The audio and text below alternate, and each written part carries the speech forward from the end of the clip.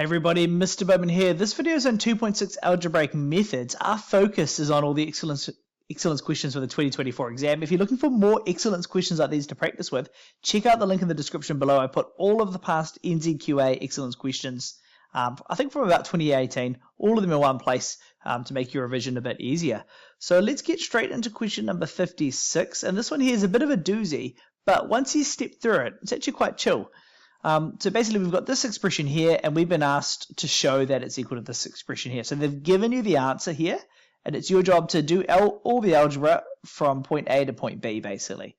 So let's start by doing that, and my first step was basically just to expand these brackets because it's essentially two quadratics, right? There's a double bracket on the top, double bracket on the bottom. So let's get into that. So we've got x to the power of 3 over 2 plus x to the power of 1/2, that's multiplied by x to the power of 1/2 minus x to the power of -1/2. And that there is all being divided by this thing squared, so it means it's a double bracket as well.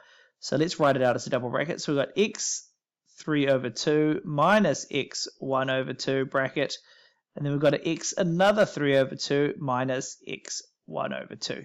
Hopefully we don't run out of room.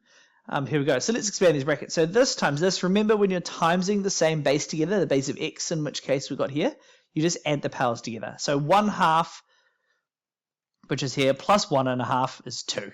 So it's going to become x squared. We're going to repeat the same over here, that times that. So it's going to become a negative number because of the minus sign over here. And then we add the powers together. So we've got -1/2 plus, we've got 1/2 plus -1/2. That's going to be 1. So that's going to be x to the power of 1. I'm going to leave the powers on there just to show you. We then repeat the same here plus here. So the powers are both a half. So it's going to come power of 1 again. So plus x to the power of 1. And then we'll repeat the same for the last one here. Add the powers together. So positive 1/2 plus -1/2 is just 0. So I'll put that there just to show you x to the power of 0. I'm now going to repeat the same on the bottom. So that times that. So it's 1/2 times 2, so it's going to be 3. So the bottom there is going to be x cubed. And then we've got 1/2 times 1/2, which is going to have 2. And then because it's a negative, it's going to become negative x squared. And then same thing over here. Again, positive 1/2, negative 1/2 becomes positive 2. And the overall thing is going to be negative, so it's going to be minus x squared again. And then we've got a negative times a negative, so it's going to be positive, and then we've got a 1/2, which is going to be 1, so x to the power of 1. So I guess the first thing to note, anything to the power of 0, right, is 1, so it's going to be x to the power of 0 is going to be 1. So that denominator is going to clean up, the numerator is going to clean up really nice, right, because that x will cancel out that x, and that there becomes 1. So we're going to have x squared minus 1. All of that's going to be divided by this stuff here. So let's just simplify that before we do anything else. We've got x cubed minus 2x squared plus x. I can now maybe think about factorizing the top because I'm looking to simplify it here. So if that's a difference between two squares, that's going to become x plus 1, x minus 1. The bottom, they've all got an x in common, so let's take out that x. So it's going to be x bracket x squared, or minus 2x, or control A for some reason, minus 2x plus 1. I can now factorize the bottom quadratic a bit more, because that's going to be, minus 1 plus minus 1 is negative 2, and we multiply them together to get that.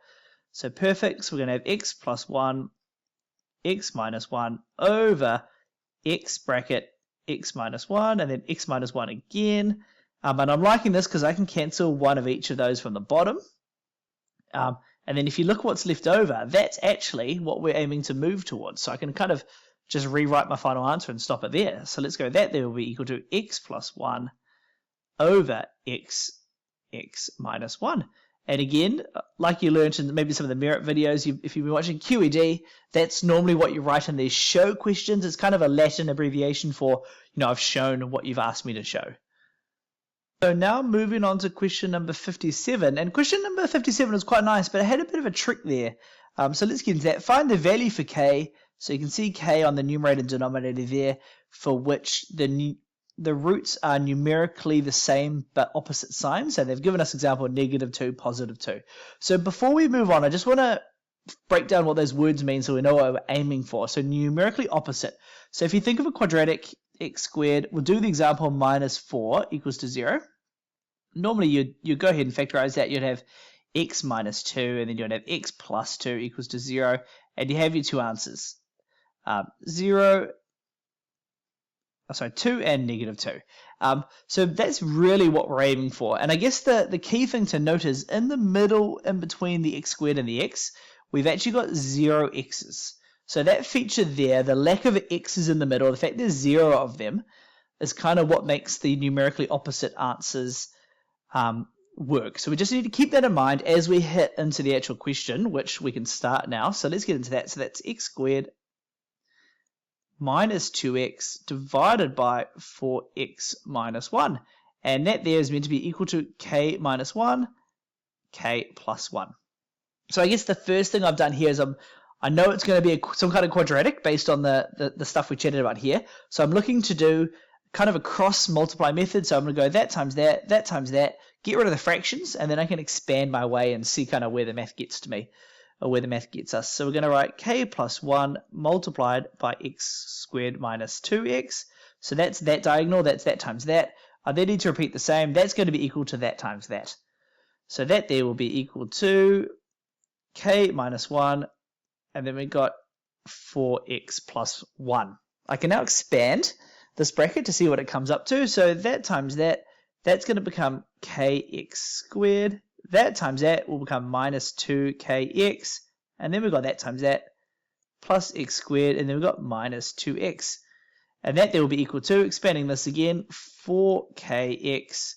That times that minus k. That times that minus 4x. And then that times that plus 1. So I can now think about kind of making a quadratic out of this. So all my x squareds are over on this side here.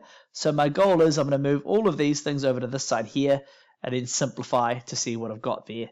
So we're going to have, so k, oh gosh, I've written k squared, but kx squared plus x squared. So I've dealt with the x squareds there and there. I now need to move this one over to the other side over here as well. So it's going to become negative, isn't it? So it's going to be negative 2kx minus negative 4kx. I'm just dealing with them kind of in letter order. So that and that are gone. So I've got negative 2x there. And I've got 4x's over here, which when I move to the other side will become positive 4x. So we've got plus 4x. And then finally, all I've got left is the negative k and the positive 1. Move them over to the other side. That's going to become plus k and then minus 1 equals to 0. Jesus, getting a bit messy, but we're getting there. I now need to put the pieces together so we can simplify the kx's. We can simplify the x's as well. So let's do that.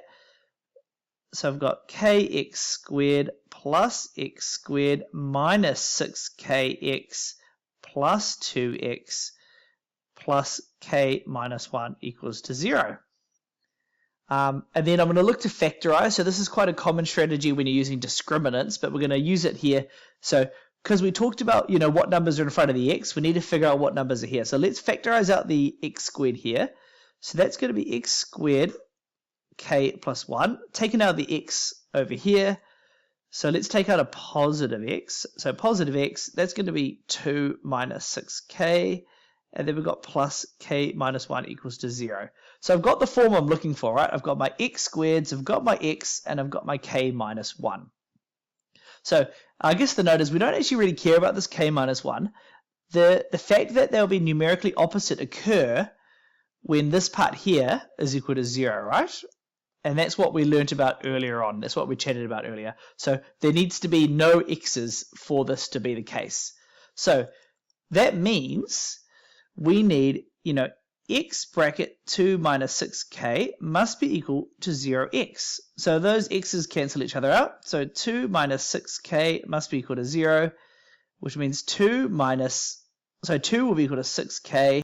A bit annoying, run out of room. So as I said, 2 is equal to 6k. And then here I'm going to go divide by 6, divide by 6. So 2 over 6 will be equal to k, which means k is equal to 1/3. So what that tells us is if k was equal to 1/3, you would have this type of scenario where you would have 0 x's in the middle and you would have two numerically opposite answers. Okay, so we're now on to question number 58. And again, another measurement ones. I love these ones because it's all about forming equations and solving it. So if you can do that, you'll normally do well at these questions here, which is awesome. So basically, we've got this IT logo here. The length is x. That's what we're talking about over here. These are all semicircles. So they've specifically told us there's 4 semicircles happening here. They've given us the area of a circle. They've told us the green background has an area of 10 centimeters squared. And we've been asked to find the area of find the length of the rectangle. So basically, we're trying to find out x here, right? So I like these questions because all you got to do is form an equation and solve it, as I said. So let's start by breaking down some dimensions first.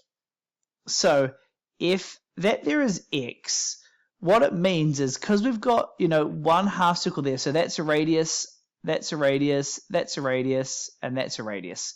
So what that means is for these circles, our radius is actually going to be x over 4 because we can divide x by 4 to get, bits of the radius. It also means the diameter going this way here is going to be 2 lots of the radius. So the diameter is going to be equal to x over 2. And that's actually the height of the rectangle, isn't it? X over 2. So basically this question here, we're going to go the green area. So form an equation. So the green area is going to be equal to the rectangle, which is base times height. And we're going to minus 2 lots of pi r squared. So we're minusing 2 circles to represent the 4 semicircles that we had. We can now substitute everything into these 3 bits. Hopefully that's just going to leave x by itself. And if that's the case, we can go ahead and use algebra just to solve for x. So let's see what we get into. So we know the green area is equal to 10. So that means 10 will be equal to x times by x over 2. And that's my base times height. And then I'm going to multiply 2 times pi times by x over 4 squared. So that's my radius squared. So a bit of simplifying to do here. So that means 10 is going to be equal to, this stuff here simplifies to x times x, which is x squared over 2. So we've got x squared over 2, and we're going to minus, what was that? Oh gosh, I've drawn a funny 2. Minus 2 times pi, expanding my brackets there. So that square is going to hit the x squared and becomes 4 squared. So that there will be, x squared over 16. Simplifying that in a bit more detail. So none of the first 2 bits have changed. So 10 equals x squared over 2. That's going to be minus by 2 pi x squared over 16. So I like what I've got here so far. What I'm going to do, just to make my life a bit easier, instead of simplifying the fraction, I'm just going to change the first fraction into something over 16. So if I times that fraction by 8 over 8, I can, 2 times 2 along the bottom would have been 16. So that means it's going to be 10 is going to be equal to 8x squared. So that's top times top, then bottom times bottom, 16 minus 2 pi x squared over 16. And I like this because I can now times 16 to get rid of that. So if I go times 16 to both sides, my pen's going low, that's my cue to get a move on.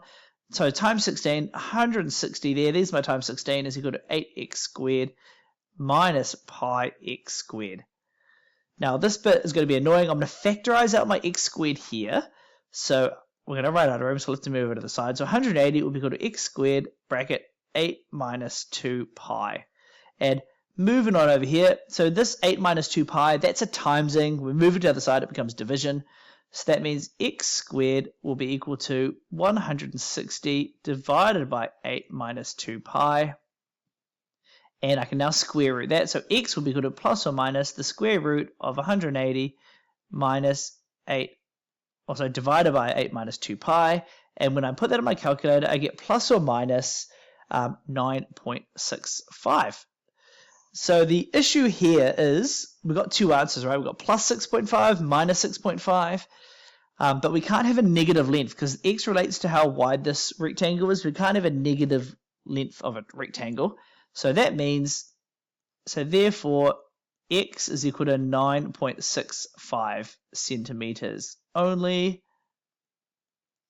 And we did a bit of context. X must be greater than 0 in this question here, right? final question, question number 59. Only 4 excellence questions in this exam, so it's quite nice, but some of them were a bit lengthy, so they took up a bit of time. So basically, we've got the sound intensity is measured on a log scale, hence the log equation we've been given ground below. So that's called decibels. You might have heard that before. P is the intensity of the sound we're hearing. P0 is the weakest intensity sound that can be heard by the human ear. We don't have any information on P0 here. A cooling fan has decibels of 38, and a heat pump has decibels of 30. So we've been asked to show, so again, they've kind of given us the answer that the cooling fan intensity is 6 times more than the heat pump. So it's going to be a little bit weird. So the first thing we need to think about is this P here is kind of general. So in our math, we're going to do 2 things. So we need to find P for C, which is the cooling fan, and then PH, which is the heat pump. And that just tells you about the kind of the intensity of those two devices. So let's start by here. We're going to need two expressions. So cooling fan, see how that works. So cooling fan, and then after that, we're going to need to do some stuff on that heat pump. And because it says 6 times more likely, so where is it? 6 times more likely, you're probably going to need to do some division. So you're probably going to need to do, some kind of expression of the cooling fan over the heat pump. And when you do that, hopefully you're going to get a number that's, greater than 6, 6 plus. And then that will then confirm that it's 6 times more. But the hard work is going to be getting the 2 expressions, the expression in relation to cooling, the expression in relating to heating. So these 2 numbers here, 28 and 30, we know they both relate to the decibels. So we're going to start by jotting that in. So decibels will be 38 for cooling, right? So 38 will be equal to 10 log base of 10, and then it's going to be PC over P0. So we don't know PC, we don't know P0 either. So the next one, do the same for the heat pump. As I said, that's going to be 30. So 30 will be equal to 10 log 10 PC over P0. We can now do a bit of simplifying here. So we can divide both of the 10s out. So if we divide that by 10, again divide that by 10, so that's going to be 3.8 is going to be equal to log 10 of PC over P0. And then over on the other side, that's going to be 3 will be equal to the log base of 10 of PH. I've written PC earlier, but that there was meant to be PH over P0. Okay, got that there. I'm now probably looking to form expressions. I can see I've got 2 variables. If I can isolate PC and PH in both equations, that might be able to give me some things to then divide over here. So just if you didn't get that, so my goal is to kind of go PC over PH now that I can see where the math is going. So I'm going to split this up. So I'm going to move this over here. So that 10 goes over here. So 10, 3.8 is going to be equal to PC over P0. On this side here, it's going to be 10 to the power of 3 is going to be equal to PH over P0. Slowly getting there. Let's now rearrange so PC and PH are the subjects of these equations. So I can just move the P0 over to the other side. And this is actually going to end up really nice. I can kind of see where it's heading to now, and I'll explain it soon. So 10 to the power of 3.8 times by P to the power of 0 is going to be equal to PC. And then on the other side, I've got 10 to the power of 3 times P0 is equal to PH. And as I said, I'm going to do some division here to see if this works. So PC over PH is going to be equal to 10 to the power of 3.8 times by P0 divided by 10 to the power of 3 times P0. And this is really good because the P0s are going to cancel each other out. So I can actually do some division to get some math for that 6 plus number that I'm aiming for. So based on that, that means 10 to the power of 3.8 over 10 to the power of 3 is going to be my answer. And when I put that into my calculator, I did this earlier today, I got 6.31, and that there rounded to 2 decimal points. So I can now actually answer my question. The first thing I'm going to do is I'm going to explain what the 6.31 actually means, and then I'm going to try to link it back to the 6 that they mentioned in the question. So This means that the sound intensity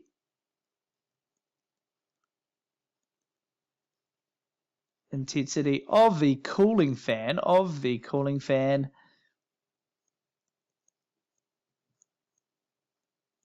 is 6.31 times more likely, so I'm doing my stats hat then, 6.3 times more than the sound intensity.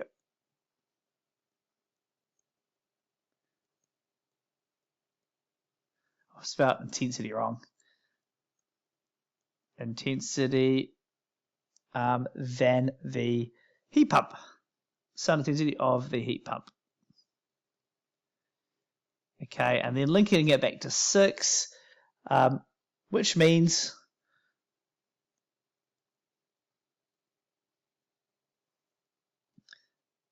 it is more than 6 times. And I'll put that in quote marks because that's the thing I'm trying to show or not show. So if you do stats, that sentence is going to be quite familiar with you because we use that for relative risk as well, don't we? But yeah, that wraps up this. Quite a short video for the excellent stuff. So hopefully you're finding them useful. Reminder, if you need more, so this is question 59. So on the website, I've got 1 to 59. All of them are past excellence questions for this 2.6 Algebraic Methods exam. Hopefully you find them useful.